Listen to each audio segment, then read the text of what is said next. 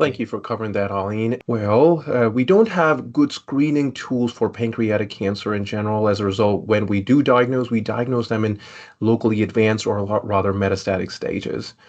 But before we dive into that world, let's go over to our early stage where we do get lucky and do diagnose them at an earlier stage. What does your treatment paradigm looks like, especially from adjuvant therapy standpoint?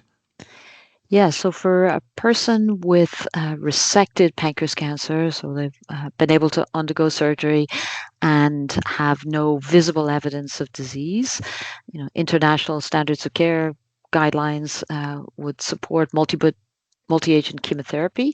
And for a fit individual, that's modified FOLFIRINOX. And a couple of things about the modified version of FOLFIRINOX in the adjuvant setting is just being mindful of the dose of irinotecan. We do see more diarrhea in this patient population, possibly related to the surgery, and absenting any, specific UGT 101 consideration or the very rare DPD consideration. But even there, just to always be conscious of that, and no bolus 5-FU in the adjuvant setting.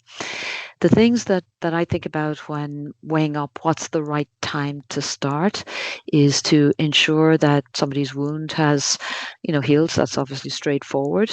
But to make sure that they have adequate nutrition, that's really key. This is a stiff regimen at the best of times, and when a person is not eating and hydrating well, it's a setup for trouble and early hospitalization. So ideally, they're maintaining their weight and even starting to gain weight in the post-op setting. And in parallel with that, right, that they have a level of functional recovery in terms of day-to-day activities. So I think all of those three things are the milestones that we look for to make sure that a person is going to tolerate adjuvant therapy. Eileen, thank you so much for laying that foundation. You touched on this, no 5-FU bolus.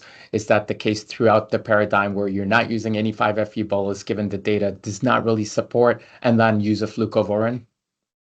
Yeah, good questions. I think no real consensus on this, but many of the adopted versions of modified FOLFIRINOX in the metastatic setting do not use bolus 5-FU.